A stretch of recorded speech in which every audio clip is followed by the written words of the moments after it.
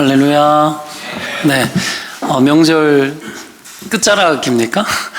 피크타임 찍을 때입니까? 명절 또 주일 3부 예배 오신 여러분을 환영합니다. 새해 복 많이 받으시길 바랍니다. 옆에서 좀 인사하십시다. 새해 복 많이 받으십시오. 네. 새해 복 많이 받으십시오. 네.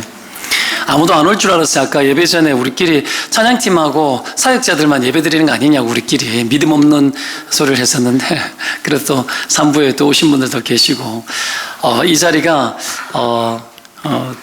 글쎄요 뭐 얼마나 될지는 모르겠지만 점점 더 예배하는 자들이 더 늘어났으면 좋겠습니다. 특별히 사람은 정서적인 동물이거든요. 예배 영감이라는 것이 또 찬양과도 관련이 되게 많아요. 그래서 찬양을 하나님 앞에 또 힘있게 영감있게 또 하고 싶어하는 사람들, 그런 사람들은 또 3부 예배 오셔서 말씀과 또 찬양과 기도 가운데 또 심령이 움직여지고 동하는 그런 역사가 또 일어날 줄 믿습니다. 아닌 것 같아도 여러분 간절하게 찾으면요 하나님 역사합니다. 역사하고 우리 마음이 하나님께 꽉 붙들려서 제대로 쓰임받을 수 있는 일들이 막 일어납니다. 그래서 예배를 소망하는 마음들을 가져주시길 바랍니다. 오늘 부족함을 느끼면 발전이 없다. 부족함을 느끼지 못하면 발전이 없다라는 제목으로 말씀을 전합니다. 뭐 전 세계적인 특징이긴 한데 뭐 세계적인 특징이 아니어도 뭐 가까이에서만 보더라도 알 수 있는 겁니다. 아이러니한 것 중에 하나가 뭐냐면 뭐 국가들의 어떤 현상들을 보면서 느끼는 겁니다. 한 가지 특징 중에 하나가 뭐냐면은 이 자원이 없는 나라가 굉장히 풍요롭게 사는 나라가 많아요. 반면에 이 풍요로운 나라는 막 지하 자원도 많고 이런데 정말 가난하게 살고 이런 어떤 이런 싶은 나라들이 떠오르는 나라들이 있죠, 그렇죠? 우리나라도 그 대표적인 예 중에 하나입니다. 우리나라가 무슨 뭐 되게 지하 자원이 대단히 많은 게 아니죠. 북한보다도 오히려 더 없는 나라 아닙니까, 그죠? 히토류 이런 게 북한이 그렇게 많다면서요. 통일되면 다 우리 거라고 뭐 그런 이야기를 하던데, 그런 얘기 하더라고요. 뭐 이래 아시아적인 특별히 뭐 일본을 어떻게 생각할지 모르겠지만 일본이나 싱가포르, 대만 이런 나라들 보면 굉장히 그래도 파워가 있는 나라들입니다. 싱가포르만 하더라도 우리나라 서울만한 도시거든요. 나라가 도시국가 아닙니까?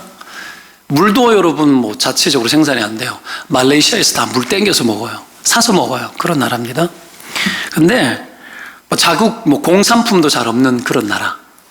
요즘은 있잖아요. 자국 브랜드가 한 10년 전쯤에 생겼어요. 그 가방 회사가 하나 생겼습니다. 찰스 앤 키스라고. 여러분 싱가포르 가가지고 찰스 앤 키스 별로 안 비싸게 샀죠. 그 사람 이름이에요. 찰스 앤 키스. 저도 이제 싱가포르 가가지고 아내를 위해 가지고 가방을 한 개 사가지고 온 적이 있습니다. 싸니까, 구찌 아니니까, 페레가모 아니니까 편안한 마음으로 이렇게 사다 준 적이 있는데 뭐 그런 거죠. 근데 옛날부터 듣기로는 싱가포르에 살기가 그렇게 좋다는 이야기를 많이 들었어요. 어릴 적부터. 도덕률이 높고, 그죠? 껌도 함부로 안 씹고 안 뱉는다. 길거리에 뭐 하나 없다. 되게 가보고 싶은 거예요. 하도 많이 소리를 들어가지고. 그래서 뭐 딴 게 아니고 뭐 관광을 위해서 가고 싶은 이런 게 아니고 도대체 얼마나 깨끗하길래 이러나. 그러고 나서 세월이 수십 년 흘러서 우리나라도 꽤 깨끗해진 상태에서 가니까 감동이 덜했지. 옛날에 봤었으면 진짜 뒤집어질 만큼 깨끗하고 그런 좋은 나라인 건 맞아요. 뭐 지하 자원이 많은 것도 아니고 무역 허브죠. 관광 자원을 개발하는데 지금도 가면 끊임없이 뭔가 공사를 해요. 싱가포르는. 그래서 계속 끌어들여요. 우리나라 쌍용에서 지은 마리나 샌즈 리조트 호텔 아시죠? 막 기울어져 있는 호텔. 전부 다 우리나라 사람들이 가가지고 지었다 그래요. 그 꼭대기 올라가면 호텔 꼭대기에 수영장이 있어요. 거기 수영해 보셨어요? 저도 안 해봤어요. 못 해봤어요. 해본 줄 알았죠? 구경만 해봤어요. 거기서 잠도 못 잤어요. 여튼 되게 살기가 좋은 나라, 가고 보고 싶은 나라. 뭐 그 나라만의 어떤 메리트가 있는 거죠. 여러분 결핍을 잘 극복하면 있잖아요. 결핍을 잘 극복하면 정말 훌륭한 사람이 되거나 훌륭한 나라가 되거나 그렇습니다. 부족함이 있을 때 오히려 추진력이 강해지는 쪽으로 가는 사람들이 있어요. 과거에 자수성가 했던 사람들, 뭐 정주영 회장 이런 사람들도 뭐 그런 종류의 사람이긴 한데, 여러분 때문에 부족함이라는 걸 무조건 나쁘게 보면 안 돼요. 평생 노력을 내도 극복이 안 되는 요소들도 물론 있습니다. 그러나 부족함이 여러분 부족한 대로 여러분 극복되어지는 것들도 굉장히 많아요. 뭐 키 이런 거는 사실 극복이 잘 안 되죠. 그러나 다른 게 극복되어지게 합니다. 오늘 본문에 나오는 누굽니까? 삭개오. 이 삭개오라는 사람 뭐 키가 이렇게 되게 작았어요. 약점이고 단점이죠. 제가 이렇게 살아봤을 때 좀 키가 큰 사람은 좀 싱거워요. 우스갯소리도 좀 더 하고 이게 조금 싱거운 편이고, 키가 좀 작은 사람은 조금 더 현실적이에요. 키 크면 싱겁긴 한데 대신에 좀 디테일이 약해요. 약하고 집념이 조금 약한 경우들이 더 있지 않나. 제가 본 결과는 그래요. 반면에 좀 키가 작은 사람은 또 뭐가 있냐면 되게 승부욕이 생각보다 강한 사람들 좀 많이 봤습니다. 이게 뭔가 발달되는 게 다른 거예요. 하나님이 있잖아요. 각 사람마다 그 고유한 어떤 결정과 결정된 것과 기질을 사용하셔가지고 우리를 끊임없이 강하게 만들어 간다라는 걸 저는 많이 경험했던 것 같습니다. 자, 오늘 삭개오를 본문에 소개할 때 어떻게 소개하느냐면 세리장이요, 또한 부자라 이렇게 소개하죠. 유대적인 시각으로 봤을 때는 삭개오는 나쁜 성공을 한 사람입니다. 나쁜 성공. 근데 그냥 이 가난 이 세속주의적인 관점에서 봤을 때는 삭개오는 굉장히 성공한 사람이죠. 이렇게 똑같은 것을 놓고도 해석이 달라지는 겁니다. 당시에 세리가 유대적 입장에서는 매국노였잖아요. 친일파 비슷한 겁니다. 세금을 거두는 일을 하다 보니까 착복이 많은 거예요. 위에서도 착복하고 밑에서도 착복하고 하니까 밑으로 내려가면 더 많이 거둬들이는 거예요. 중간에서 해먹는 사람이 많은 거예요. 그래서 세금이 여러분 정말 많아지는 거죠. 그러니 세리장은 대표적으로 욕먹는 사람 아니었겠습니까?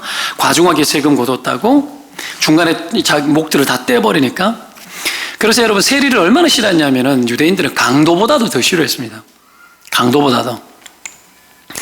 여러분 이 랍비들의 어떤 가르침 속에 이런 것들이 있었던 거죠. 아무리 성공해도 존경받기 힘든 사람이죠. 게다가 여리고에서 나가는 길에 여기 세리장이었다고 나오잖아요.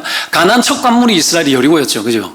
여리고가 어떤 도시였냐면 여러분 지리적으로 아주 이스라엘의 중요한 통로였습니다. 남쪽 이집트, 북쪽 유럽, 아시아 문들이 다 만나는 도시라 생각하면 됩니다. 이스라엘이 여러분 가나안 땅 들어가서 처음 만난 이 여리고성이 굉장히 발달된 도시였던 겁니다. 그러니까 그 옛날에 수천 년 전에도 이렇게 발달된 도시였으니까 돈이 많은 도시였겠어요? 어떤 도시였겠습니까? 돈이 많은 도시였어요. 그러니 이 삭개오가 부자라고 이렇게 표현되었다는 건 생각보다도 우리가 생각하는 이상으로 삭개오가 부자였던 거예요. 그리고 돈의 부피가 사이즈가 아예 다른, 급이 다른 세리장이었던 거죠. 그런데 3절에 보면 그가 예수께서 어떤 사람인가 하여 보고자 하되 키가 작고 사람이 많아 할 수 없어 앞으로 달려가서 보기 위하여. 설명이 많죠. 돌 무화과 나무입니까? 그래서 돌 무화과 나무에 올라갔다고 나오죠. 이 장면을 보면서 저는 느껴지는 것이 있습니다. 그게 뭐냐면 인간은 쉽게 채워지지 않는 존재구나라는 걸 느끼게 됩니다.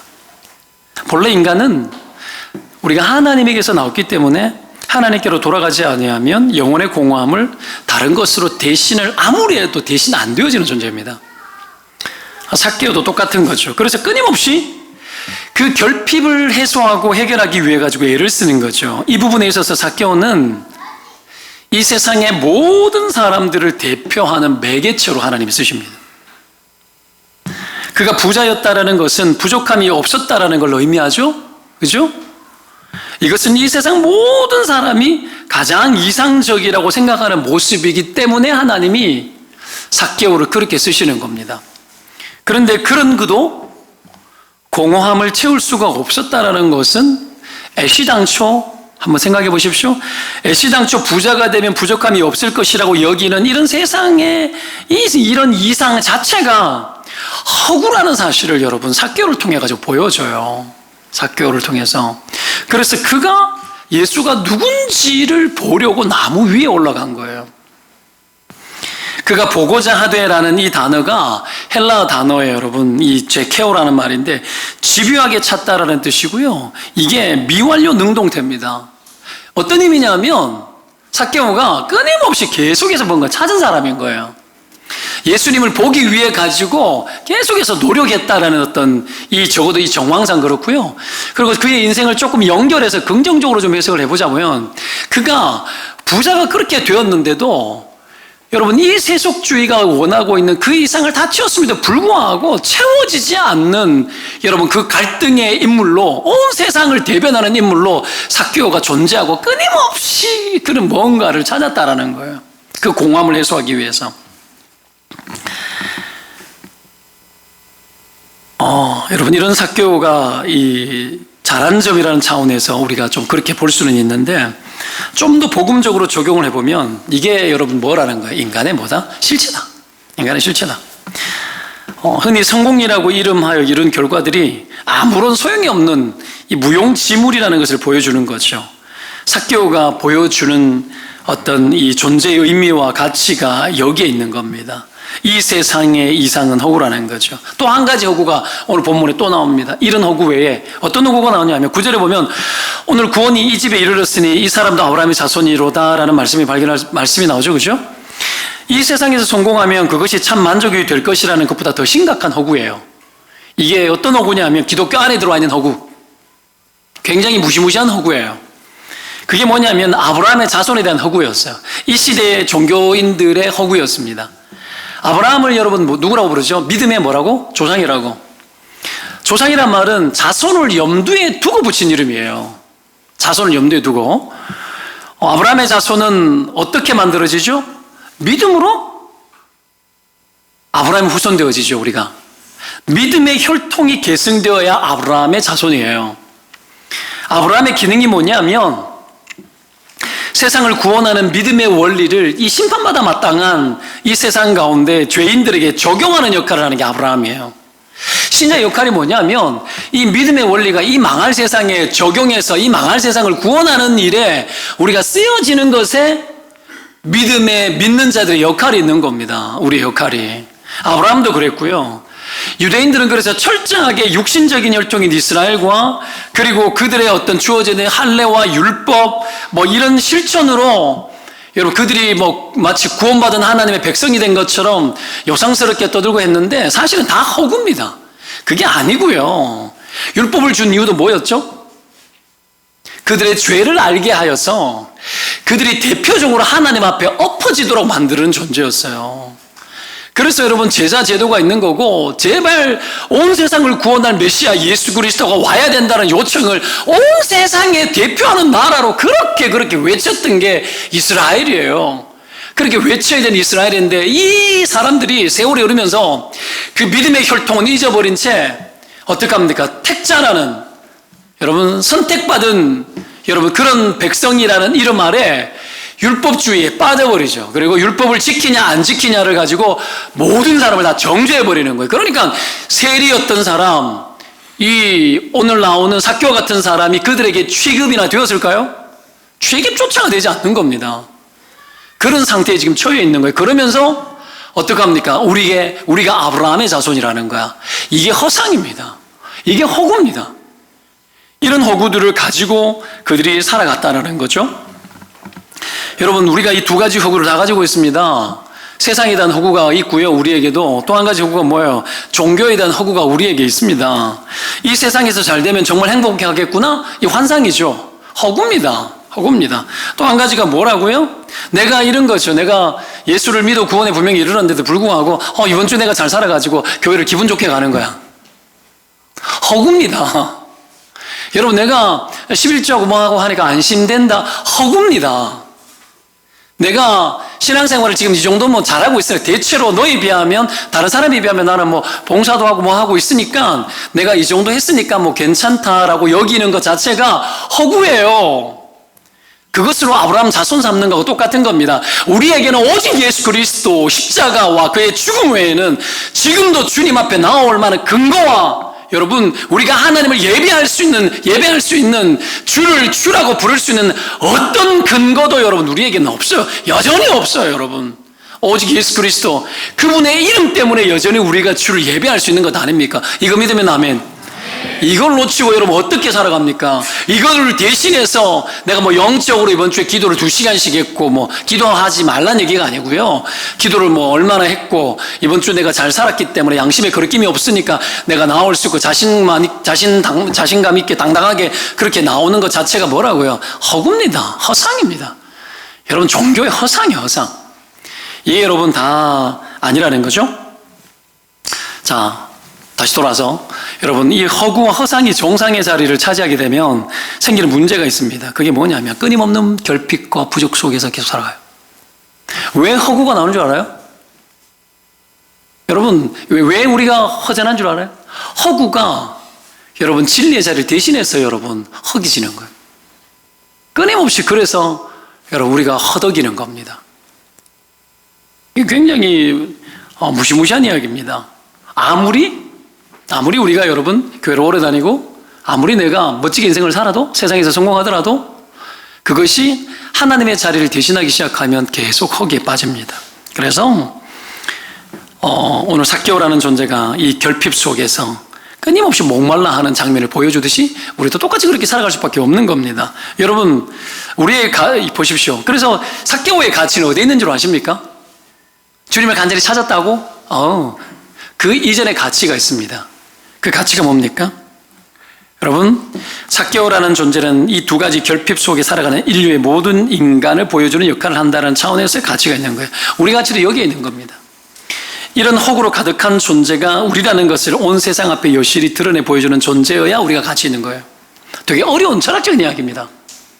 우리라는 존재가 여러분 허상을 추구하고 있고 우리라는 존재가 이 세상의 성공론을 가지고 성공 담론을 가지고 그것에서 맞들여 가지고 막 살아가는 그런 존재로 우리가 살아가고 있고 그리고 막 나의 열심으로 구원을 얻는 존재로 막 살아가고 있는 여러분 그런 존재로 우리도 똑같이 살았던 존재고 여전히 그 혼란 속에 있는 존재라는 것에 대해서 이 세상 앞에 우리의 모습을 여실히 보여주는 역할이에요. 우리가 이렇게 사는데 이건 아니었다라는 거예요. 아니었다라는 거지. 근데 이게 없죠. 예수 믿으면 구원, 예수 안 믿으면 지옥이야! 이것만 있는 거예요. 이것만 있는 거예요.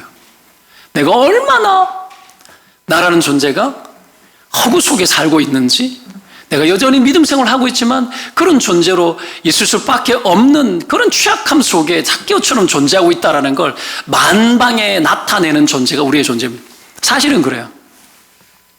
물론 여러분 우리가 주님과 더불어 승리하고 살아가는 것을 통해 가지고 하나님을 알지 못하는 자로 하여금 하나님을 알게 하는 역할들을 분명히 합니다. 그러나 원초적으로는 여러분 나라는 존재가 얼마나 대먹지 못한 존재인지에 대해서 여러분 우리가 우리 자신을 속일 수 없다라는 거죠. 이것이 여러분 세상 가운데 나타나야 능력이 있습니다. 사람들은 여러분 교회 안에 또 다른 구원이 있는 줄로 압니다. 교회 안에 세상에서 이룰 수 없었던 것을 교회를 통해서 이룰 수 있다라고 여기는 놀라운 믿음을 가지고 있어요. 세상 사람들은. 그거는 또 다른 허상과 또 다른 허구를 그들이 여러분 바라고 교회를 온다라는 거예요. 근데 거기에서 여러분 우리가 예수 믿으면 복 받아. 물론 복이 있죠. 근데 거기에서 여러분 우리가 끝내려고 하는 자들이 너무 많다라는 거예요. 기독교의 복음은 여러분 그런 식의 복음은 아닙니다. 그것만의 복음은 아닙니다. 그런 종류의 복음이 여러분 우리 인생 가운데도 분명히 있긴 하지만 그것만은 아니라는 거죠. 자, 우리가 여러분 우리라는 존재가 그런 결핍 속에 존재하고 있다는 걸 여실히 여러분 나타내고 여실히 보여주는 그런 존재로 나무 위에 막 기어 올라갔을 그때에 주님은 삭개오를 찾아왔어요. 여러분 안에 이런 목마름과 굶주림이 있습니까? 어떻습니까? 여러분 하나님이 언제 우리를 찾아오시는지 알아야 됩니다. 정말 목말라하고 허구가 아니라 그 허구가 아무리 붙들어도 이것은 허구라는 것에 대해서 목마를 수밖에 없다라는 것에 대해서 인정하고 뭔가를 여러분 애절하게 찾고 있는 신자의 그 삶 안에 하나님의 은혜가 찾아 들어오는 거예요. 그건 하나님 당신의 선택이죠. 그렇죠? 자, 때문에 여러분 우리가 알아야 될 게 뭐냐면 부족함이 없으면 계기가 없다라는 거예요. 이 삭개오에게도 하나님이 이 부족함을 통해 가지고 계기를 만들어줬던 것처럼 결핍과 공허 속에서 만나주셨던 것처럼 여러분 복음에 대한 궁금증 그가 여러분 3절에 이렇게 나옵니다. 3절을 한번 보겠습니다. 그가 3절 읽겠습니다. 시작.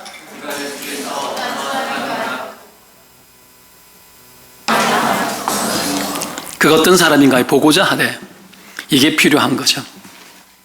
주님이 만날 확률이 제일 높은 사람이 누굽니까? 부족한 자, 겸손한 자, 깨진 자, 공허하고 목마른 자, 결핍 속에 있는 사람이 주님 만날 가능성이 제일 많습니다. 그래서 병들고 실패하고 좌절했을 때 주님 만날 확률이 높은 겁니다. 이런 사람이 주님 잘 찾고요. 주님이 여러분 그 사람을 만나줄 수 있는 계기를 만들어 주시는 거죠. 그래서 겸손한 자에게 하나님 언제나 은혜를 베푸십니다.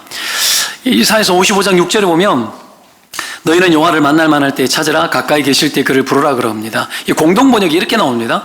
나 만나 주실 때가 되었다. 그를 불러라. 옆에 와 계신다. 이렇게 나옵니다. 여러분 보십시오. 찾고 부를 때 주로 누구를 찾고 부릅니까, 여러분은? 한번 물어봅시다. 내가 누군가에 필요할 때 집에서 여러분 찾고 부를 때 누구를 불러요? 남편, 아내, 가까이 있는 사람 부르죠. 이거 봐요. 가까이 있을 때 부르라. 그냥 제가 그렇게 적용해 봅니다. 여러분, 내가 위험에 빠졌습니다. 누구를 찾아을래요? 가까이 있는 사람 찾죠. 똑같아요. 하나님 가까이 계시다고, 내 이미 옆에 와 있다, 이렇게 이야기합니다. 주님이 여러분 우리의 결핍을 알고 부족을 알아요. 그 부족과 결핍 속에서 다른 것으로, 세상의 것들로 대신하려고 하지 않고 하나님 찾고 주님 의지하고 주님 부를 때에 여러분 주님 가까이 하십니다. 주님은 언제나 가까이 계시고요. 그리고 가까이 계신 분을 찾는 겁니다. 제일 가까이 계신 게 누구다? 주님이라는 거예요. 이거 믿으면 아멘입니다. 가까이 계신 그 주님 찾고 부르시는 거죠. 그때 하나님이 반드시 계기 만들어 줍니다. 오늘 이 부족함 속에 있었던 삭개오가 여러분 주님을 찾게 되고, 그래서 만나는 계기가 만들어졌습니다. 이 부족함이 만들어내는 생산적 요소가 여러분 있어요. 그리고 그것이 만남의 계기를 여러분 작동시킵니다. 여러분 이 부족함 속에서 그것을 우리가 좀 몇 가지를 봤으면 좋겠는데, 이 부족함이 만들어내는 긍정의 효과들이 있습니다. 첫 번째가 뭐냐면 단순함이에요. 단순함. 부족함을 느끼는 자마다 좀 부끄러운 거, 수치가 많거든요, 사실은요. 그죠? 수치심이 하는 일은 자기를 감추는 거라고 여러분 오늘 예배 때도 1, 2부 예배 때도 이야기를 했었는데, 그런데 아예 감출 수도 없는 사람이 있습니다. 수치를 감출 수 없는 사람이 있어요. 예를 들면 성경에 나오는 문둥병자 같은 사람은 못 감추죠. 부정하다 스스로 외쳐야 되니까 노출시켜버리는 거 아닙니까? 세리라는 존재도 그런 존재입니다. 감출 수가 없는 존재였어요. 모든 사람이 하나같이 그렇게 바라보기 때문에 수치심을 가지고는, 좀 뒤집어서 이야기하면 아예 수치심을 가지고는 세리를 할 수가 없어. 안 그렇습니까? 수치스러워가지고 어떻게 합니까? 정말 뻔뻔한 사람들이죠, 어떻게 보면. 근데요, 이 뻔뻔함이 여러분 묘한 걸 만들어내요.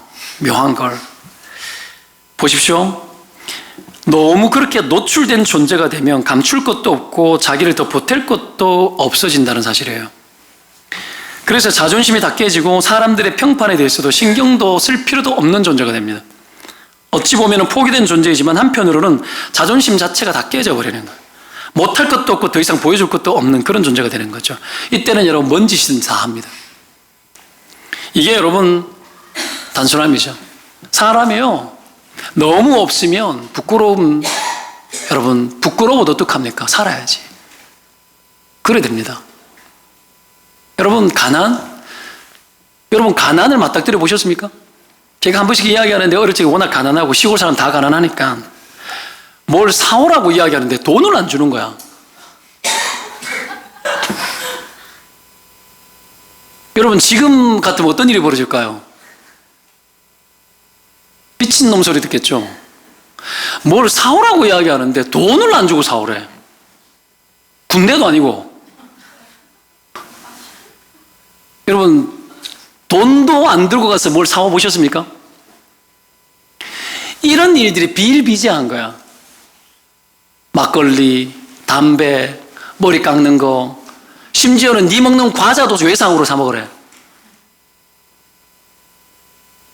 여러분 그거 부끄러울까 안 부끄러울까요? 부끄러워요. 안 못 보는 아버지 손 붙들고 술집 갔어. 소주 한 병 까고 김치 한 조각 내놓는 거야. 그러면 내가 거기서 술 다 드실 때가 기다렸다가 나오는데 소주를 한 병을 먹고 한 병 반을 먹으면 반병 남잖아. 그럼 뚜껑 막아가지고 한쪽 손에 소주병을 드는 거야, 내가. 들고 아버지 손 붙들고 오는 거야. 그러면서 나오면서 하는 이야기 뭐예요? 외상이다. 다 외상. 어떤 데는 있잖아요. 외상 안 줄라 그럴 때가 있어요. 얼마나 부끄러운 줄 알아요? 근데 살려면 해야 돼. 살려면 해야 돼. 먹고 살려면 해야 되는 거예요. 여러분, 그런 부끄러운 시대를 다 옛날에는 이해해줬어. 이해해줬어요, 그 시대는. 무슨 6.25 전쟁 이후의 이야기입니까? 이렇게 말할지 몰라도 실제로 살았는데, 그렇게 살았는데 어떻게 해요? 여러분, 이 수치감을 계속 맞닥뜨리다 보면 사람이 단순해집니다. 단순해집니다. 일념이 생겨요. 어떻게 해요? 이거 반드시 외상해 와야 되는데. 나의 부끄러움을 딛고 가서 이렇게 고개 숙이고 미안하다 그러고 꼭 갚는다 그러고 내가 대신해야 되는 거예요. 이거 많이 안 해보고 뭐 자존심 어떤 이야기 하면 안 돼요. 자존심이 짓밟혀보고 뭉개져 보는 그 과정들을 있잖아요. 어릴 적부터 한 10년 정도는 해봐야 돼. 10년 정도 매일같이. 그 속에서 여러분, 그 굴레 속에서 사는 거예요. 그 굴레 속에서 그 수치와 모욕감을 안 줘도 모욕감이 들어요. 수치감이 들어요. 근데 그걸 극복해야만 하고 해야만 되고 안 할 수 없는 상황들을 끊임없이 맞닥뜨리는 거예요. 이 세상에는 여러분, 이 부족함 속에서 이 부족함을 가리우고 싶어도 가릴 수가 없는 그런 사람들이 여전히 존재해요. 하나님이 그런 자를 정말 긍휼히 여겨요. 그리고 그런 자들 안에 하나님이 긍휼히 여기시면 그런 사람이 아주 강한 사람이 되는 거야. 한때 여러분 어떡합니까? 가난한데 달동네 사는 아이들이 생리대가 없어가지고 그게 막 이슈가 되어가지고 난리 아니었습니까? 그걸 여러분, 그 아이들이 그런 걸 끌어안고 사는 거야. 맞닥뜨리고 부끄러운 걸 끌어안고 사는 거예요. 누구한테 말도 못 붙여. 여러분, 그런 걸 맞닥뜨리면서 살아가다 보면 사람들은, 여러분, 제일 우리가 병들 때가 언제냐면, 보십시오. 수치감이 병들 때가 있지만, 병들 때도 하겠지만, 수치감을 뛰어넘을 만큼, 부끄러움을 감출 수 없을 만큼 되어졌을 때 사람이 돌아버리든지 아니면 이 세상을 갖다가 뛰어넘어 버리든지 그렇게 갑니다. 여러분, 이 세리의 입장, 이슬 전부 다가 못된 놈이라고 취급하고 내가 설득을 하고 나의 진실성을 이야기하고 뭘 해도 먹히지 않는 대상으로 존재하는 거예요. 그 속에서 비록 여러분 세속주의적으로는 성공을 했지만 그의 영혼의 목마름이라는 것 자체는 여러분 해소할 수 없는 거예요. 다른 누가 대신할 수도 없는 거예요. 그가 그렇게 뻔뻔스러울 만큼 여러분 그 직종에 종사를 하면서 여러분 나무 위에 귀에 올라가잖아요. 이게 단순함이에요. 더 이상 갈 때까지 간 거야. 더 이상 나에 대해서 인간적인 어떤 소용, 인간적으로 사람들이 잘 보여주고 사람들이 어떻게 취급하고 어떻게 평가하는지에 대한 그 어떤 평판에 대해서도 아무런 관심조차 가질 필요도 없고 가질 수도 없는 상태에 빠져있는 그런 존재로. 근데 우리는 여러분 대부분 뭘 신경 쓰죠? 사람들이 나를 어떻게 보냐? 나의 평판. 사람들이 나를 어떻게 생각하느냐? 그거 신경 쓰죠. 교회에서도 세상에서도. 그죠? 여러분, 그런 것들 때문에 정신병 걸리는 거예요. 머리가 터지는 거예요. 그런 것 때문에 그걸 뛰어넘을 만큼 여러분 단순해져야 됩니다. 갈 때까지 가고 할 수가 없는 상태에 이르러서 살아보는 거지. 살아보는 거지. 이게 여러분 부끄러운 일인지 몰라도 결코 부끄러운 일이 아닙니다. 주님은 단순한 자에게 축복하십니다. 부족하니까 나무에 올라가네. 키가 작으니까 올라가야 되는 거예요. 그거예요. 이걸 받아들이는 거예요. 키높이 구두도 받아들이는 거지. 키높이 구두도. 그렇죠?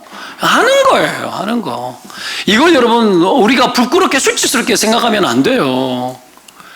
하나님이 우리에게 노출시켜주는 우리의 어떤 상태에 대해서 단순해져야 돼요. 여러분 아까도 1, 2부 예배 때도 이야기했지만 루키즘, 이 세상이 보여주는 어떤 가시적인 것들에 눈에 띄는 평판에 의해 가지고 나라는 존재에 대해서 평가하고 생각하도록 길러내죠. 아이들도 길러내는 거예요. 와, 이거 되게 힘들어요.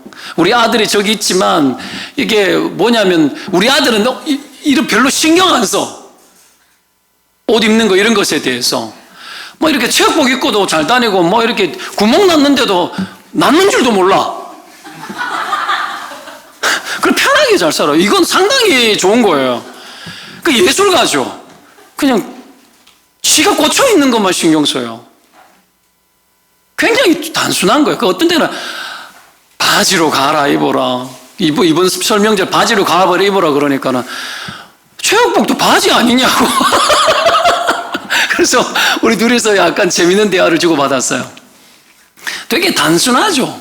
저런 거는. 단순해요. 여러분, 생애에 이 단순함이 얼마나 필요한 줄 아십니까? 봐요. 가난하면은 복잡해질까요? 단순해질까요?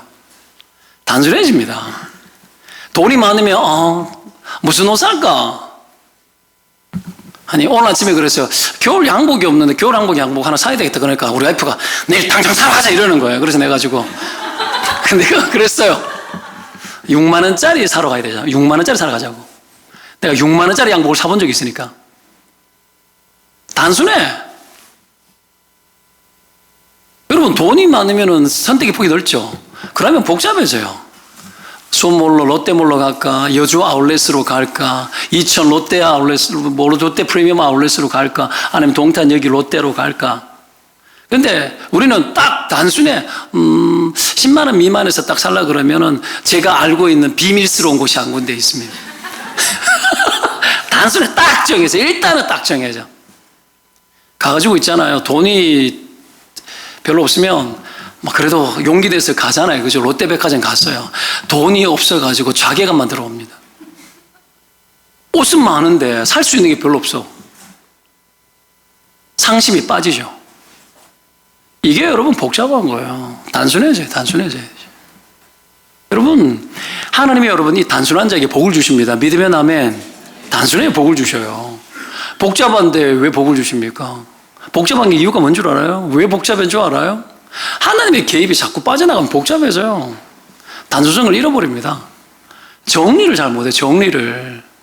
가치는 어디에 있다? 복음의 가치는 어디에 있다? 여기까지야. 끝. 그럼 딱 되는 거예요. 여러분, 그렇게 하면 되는 겁니다. 여러분, 그게 여러분 하나도 우리를 부끄럽게 만드는 요소가 아닙니다. 야곱이 제일 아름다운 장면 어디입니까? 천사에게 환도뼈 두들겨 맞고 절뚝절뚝 거리면서 도망도 못 가고 전인도 아닌 것이 어떻게 보면 쩔뚝쩔뚝거리면서 겨우 걸음걸이 옮기면서 동이 텄던 그 장면이 여러분 가장 아름다운 장면입니다. 골리앗이 여러분 다윗이 골리앗 팍 쓰러뜨렸을 때 그때가 제일 아름다운지 아십니까? 아니요. 온갖 헛짓거리 다 하고 났는데 보디발 죽이고 보디발이 아니구나. 누굽니까? 여러분 우리야 죽이고 나만 장군 죽인다 할 뻔했어요. 지금 우리야 장군을 막 죽이고 막 바세바 간음하고 그러고 난 후에 완전히 나단 선지자 책망 받아가지고 질질 짤 때 그때가 제일 아름다운 겁니다. 나라는 존재가 하나님 앞에서 단순해질 때 그때가 아름다운 거예요. 이게 누구에게 온다고요? 부족함을 많이 경험한 자에게는 하나님 그 단순성을 훈련시켜 주십니다. 이 단순함을 다시 한번 회복하시기를 주의 이름으로 축원드립니다. 그러면 계기가 만들어집니다. 여러분, 모든 사람은 단순해졌을 때 그런 거예요. 다 필요 없어요. 여러분, 이 수로보니기 여자도 자녀가 귀신 들려가지고 병 고쳐달라 할 때 예수님이 어떡합니까? 개들에게 던지겠냐? 예수님이 속 뒤집어 놓는데 개들도 주인상에서 떨어지는 부스러기 볶습니다. 없어요. 끝난 거예요. 도와달라고. 여러분, 이거죠, 이거. 이게 안 되면 인생은 여러분 하나님으로부터 공급받지 못합니다. 심령이 겸손해지고 낮아지고 깨져야 돼요. 하나님이 여러분 그래서 부족함 속에서 우리에게 얼마나 많은 것들을 공급해 주시고 우리를 여러분 얼마나 힘있게 하시는 줄 아십니까? 그래서 여러분 부족함이 단순함을 만듭니다. 두 번째, 부족함은 여러분 우리에게 신속함을 훈련시켜요. 신속함. 5절에 보면 예수께서 삭개오를 보시고 삭개오에 속히 내려오라 그러죠. 내가 오늘 내 집에 유하여야겠다. 삭개오를 아셨어요. 통성명하지 않았고요. 그냥 삭개오야 보고 삭개오에 내려오래요. 참 기가 막히죠. 하나님 내 이름을 아시고 나를 아십니다. 여러분 삭개오를 잘 아십니다. 여러분 하나님이 여러분 한 사람 한 사람도 각 사람 한 사람 이름을 부르시고 각 사람을 잘 아신다라는 걸 믿으시기를 축원을 드립니다. 다 아시죠? 인격적으로 아시고 부르시는 거예요. 그러면 왜 부르고 삭개오야 부르고 왜 주님이 다가오실까요? 주님은 우리와 소통하고 교제하기를 원하는 분이기 때문에 그렇게 하는 거예요. 주님은 찾아오는 거죠. 이런 부르심이 있을 때 6절에 삭개오가 급히 내려와 즐겁게 즐거워하며 영접했다고 합니다. 사랑하는 여러분, 여전히 이 세상에 살아가면서 그 어떤 것보다 가장 시급한 것이 뭔 줄 아십니까? 우리가 주님과 교제하는 겁니다. 여전히 이것보다도 더 시급하고 더 급한 것은 없는 겁니다. 주님은 어수속히 나의 집으로 주님이 오도록 오늘 삭개오처럼 영접하는 거, 이것이 우리에게 필요한 겁니다. 주님과 함께 교제하는 것보다 더 즐거운 일이 없는 거죠. 삭개오의 신속함이 왜 있었을까요? 오늘 본문에 그렇게 나옵니다. 여러분 한번 보시기 바랍니다. 6절에 급히 내려와 라고 이야기합니다. 급히 내려와 즐거워하며 영접하거늘. 여러분 왜 이렇게 급히 내려왔을까요? 즐거워서, 너무 기쁘니까. 왜 그러면 기쁘고 즐거웠을까요? 삭개오는 여러분 삶의 즐거움과 낙이 없는 사람인 거예요. 여러분 부자가 되었지만, 세리가 되었지만 그 어떤 누구에게도 취급되어지지 않는 그런 존재로 있는 허망한 존재인 거예요. 아무도 자기를 여러분 영접해주지 않고 아무도 자기 집에 들어오려고 하지 않는 유대 사회 속에서 여러분 그 집에 들어가면 즉시 함께 나쁜 놈들인데 누가 들어갑니까? 여러분 접근 금지, 체면과 여러분 그가 죄인이기 때문에 아예 접근조차 하지 않고 사회적 통념과 그런 테두리 속에서 아무도 자기를 여러분 환대해주지 않고 괄시받는 존재로, 여러분 그 내면이 여전히 말랑말랑하고 따뜻한 존재인지를 아무도 모르는 거예요. 아무도 찾지 않는 거예요. 아무도 그를 환대하지 않는 겁니다. 가는 곳곳마다 사람들이 손가락질하는 거예요. 그런데 그에게 유하겠다고 이야기합니다. 너들 집에 잠시 한 끼 하겠다가 아니라 유하겠대요. 머무르겠대요. 그리 안 내려올 수 있습니까? 여러분 한번 생각해 보시기 바랍니다. 좋은 일 있을 때 하다못해 여러분 교회에서도 집사님들 만나가지고 뭐 재미난 이야기 있고 이러면 빨리 나 옆에 있는데 빨리 온네. 여러분 안 그래요? 옆에 있는데도 빨리 와봐라고. 여러분 지금 주님 이거 하고 있는 거예요. 가까이 계신데 빨리 와봐. 얼른 가자. 친구들하고 여러분 놀 때 한번 보십시오. 친구들이 야 우리 집에 가자, 빨리 가자 이러지. 빨리 가가지고 뭐합니까? 막 집 앞에 왔는데도 빨리 들어온다고. 왜 그래요? 이게 시간을 보여주는 겁니까? 빨리가? 아니죠. 그 교제와 그 친밀함의 그 정서가 얼마나 좋은 것인지 주님이 알고 삭개오가 알기 때문이에요. 이게 얼마나 놀라운 겁니까? 이번 명절 때 시골에 갔는데 아이들이 여러분 요상한 드라마를 하나 봤는데, 초콜릿이라는 드라마를 봤는데 JTBC인가? 우리 집에는 텔레비를 안 보는데 우리 시골에 90 다 된 노모님께서는 텔레비 채널이 다 나와. 그래 갔는데 애들이 딱 틀었는데 초콜릿이라는 드라마가 나오더라고요. 그게 16편까지 있는 건데요. 집에 딱 들어가자마자 틀어가지고 그 다음날 어머니 모시고 데리고 나오기 전까지 다 보고 나왔어요. 밤에 새벽에 몇 분 빼고. 근데 거기 보면 무슨 이야기 하다가 지금 딴 데 지금 새는데 뭔 이야기 하다 말았죠 지금? 즐거워하는 거, 기뻐하는 거, 막 이거 이야기하고 있잖아요. 그죠? 그 드라마를 보는데 그 드라마가 정서가 살아있더만. 정서가 이게 있어요. 이게 병원에 죽음 직전에 환자들이 있는데 아이부터 할아버지들까지 있는데 어떤 할아버지가 짜장면 집에서 자식이 버리고 간 거야. 그 짜장면 먹으러 가자고. 그 짜장면 먹으러 막 가지고 막 아이가 막 아프고 어려운데 막 그런 장면들 보니까 이 정서가 살아있는 거예요. 여러분 이게 그냥 신속함이 아닌 거거든요. 이들 안에 뭐가 없는 거예요? 친구가 없는 거야. 이들 안에 감정을 교류할 수 있는 사람이 없는 거, 내 마음을 교류할 사람이 없는 거예요. 여러분 그 마음을 급히 속히라는 말로 표현하고 있는 거예요. 지금 예수님은 우리에게 다가오는 분이십니다. 예수님은 우리와 교제하기를 원하는 분이고 우리와 속히 교제하기를 원하는 분이에요. 가까이 있는데도 빨리 와 이러시는 분이라는 걸 믿으시기를 축원드립니다. 여러분 이 신속함이 있는 거예요. 우리가 부족함 속에 배울 게 이런 거예요. 정서적인 굶주림, 그리고 이 정서의 만족. 나와 교제할 사람이 그토록 없는데 나와 교제해주는 그 사람과 여러분 속히 반응해 줄 수 있는 거예요. 그래서 가난한 사람이 반응이 빨라요. 여러분 넉넉하게 살아가는 사람들은 생각이 많아요.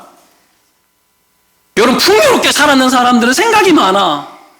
뭐 얼마만큼 해야 되나, 어떻게 해야 되나. 가난한 사람들은 없어요.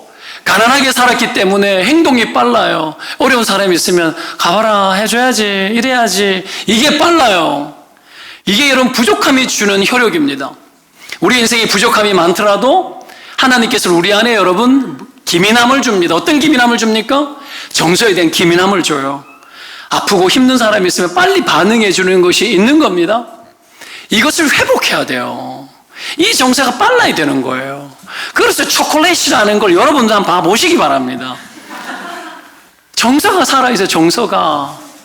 여러분 그 주인공들이 여러분 삼풍백화점 무너졌을 때 그 스토리부터 시작하더라고. 재난 중에서 살아남아서 트라우마가 있는 중에 막 부모도 나를 버리고 하는데 막 거기에서 누군가의 친절함으로 인생을 버텼던 이야기들이 나와. 여러분 정서가 살아있는 거죠. 빠른 거예요. 의사인데도 그러니까 정서가 빠른 거야. 의사인데도. 여러분 이게 하나님이 우리에게 부족함이 주는 은혜입니다. 마지막 세 번째. 두 번째 해야 될 얘기가 참 많은데 시간이 너무 지나가는 것 같아서 두 번째 조금만 더 합시다. 조금만 더 해야 되겠는데 조금 더 하고 빨리 교제하고 싶어하는 마음이 예수님에게 있었는데 이걸 잘 보여주는 게 왜냐하면 오늘 이 누가복음에 나오는 이 삭개오는 그 앞에 나오는 스토리들과 연결되어지는데 이런 자였어요. 이런 자. 잃었다가 찾은 자인 거야. 잃었다가 찾았는 비유를 예수님께서 세 개를 이야기를 했거든요. 기억나십니까? 첫 번째가 뭡니까? 누가복음 15장에 나와요. 비유 세 가지인데 하나는 양 100마리 중에 잃어버렸던 양 한 마리 찾는 거, 하나는 잃어버린 드라크마를 찾는 비유, 하나는 잃어버린 탕자가 돌아온 비유예요. 세 가지 비유가 나옵니다. 공통된 특징이 뭔 줄 아십니까? 과하다라는 거예요. 뭐가 과해요? 양 한 마리를 찾았는데 즐거워서 어깨 메고 와서는 이런 벗들과 이웃을 다 불러가지고 함께 즐기자 합니다. 양 한 마리 찾아왔는데 여러분 이웃들 다 불러가지고 그 돈 더 들겠다. 그죠? 과하죠? 회개할 것이 없는 너희 9보다도 여러분 회개한 한 사람의 이 회개를 더 기뻐한다라는 걸 여러분 기쁨을 보여주는 거예요. 기쁨을 어떻게? 과하게. 오늘 예수님과 삭개오가 뭐 하는 거예요? 이 기쁨을 과하게 표현하는 거예요. 또 한 가지는 뭡니까? 잃어버린 10드라크마 중에 하나를 잃어버렸어요. 이웃을 불러서 함께 즐기세요. 드라크마 하나가 하루 품삯이거든요. 여러분 이게 한 데나리온과 같은 겁니다. 근데 그거 찾았다고 이웃 불러가지고 먹고 놀면은 남는 게 어디 있어? 기쁨은 그런 겁니다. 낭비의 성격이 있습니다. 과함의 성격이 있습니다. 세 번째는 뭐예요? 탕자 비유입니다. 재산 다 잡혀먹고 돌아와서 창기와 먹고 돌아왔는데 돌아오는 그날, 바로 그날이에요. 형은 일하러 갔다가 나중에 왔잖아. 그날 잔치를 열고 소를 잡고 주민을 다 불러가지고 소 잡고 난리를 하는 거예요. 과하죠? 근데 과하게 기쁨을 표현하죠? 이거예요. 여러분 잃어버린 것들을 찾았을 때요, 오는 하나님이 주시는 이 기쁨, 이 정서를 나누는 거죠. 이게 뭐라는 거예요? 이 일에 바로 그날, 바로 그 순간 찾자마자 이 행동들을 하는 거예요. 이게 신속함이에요. 하나님이 한 영혼이 돌아오는 것을 얼마나 기뻐하고 그들과 교제하는 것을 얼마나 즐거워하는지에 대해서 보여주는 겁니다. 여러분 물론 예수님의 심정을 우리가 똑같이 품을 수는 없지만은 우리 안에 여러분 잃어버린 것들을 회복했을 때 예수님이 속히 그 모든 것을 즐거워하기를 원하고 있는 예수를 속히 내려오라고 했던 이 반응 안에 정서적 교제에 여러분 기민한 반응이 있다는 것에 대해서 우리는 여러분 숨길 수 없습니다. 삭개오가 그래서 반응한 거죠. 여러분 우리 안에 이런 정서가 회복되어 지시기를 주의 이름으로 축원드립니다. 마지막 세 번째 뭐냐면 여러분 과감함입니다. 과감함.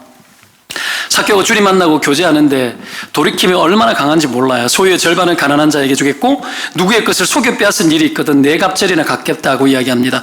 율법의 요구보다도 더 여러분 내놓는 거예요. 당시에 여러분 랍비들은 자선을 베풀 때 20%를 요구를 했어요. 20%.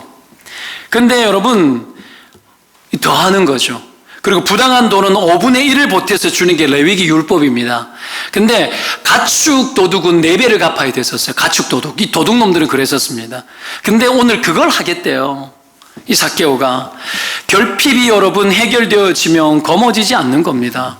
결핍이 해결되어졌을 때에 율법의 요구를 이루는 것도 어렵지 않았어요. 삭개오는 이 과감함을 스스로 여러분 결단하는 거죠. 여러분 부족함 속에서 우리가 살면서 여러분 그 부족함들을 늘 채우기 위해서 평생을 우리가 막 살아가는데 허덕허덕거리면서 진짜 여러분 제대로 나를 채울 것들이 채워졌을 때는 아쉬울 것이 없습니다. 이거죠. 이게 여러분 과감함이고 돌이킴을 여러분 강하게 한 거예요. 삭개오가 원했던 건 뭐란 얘기입니까? 이거였다라는 거죠. 정말 우리가 보고 싶고 정말 우리가 채우고 싶은 게 뭐라는 얘기입니까? 우리 안에 주님으로 인하여서 참 만족을 얻고 참 결핍과 부족함을 채우는 그거 얻는 거예요.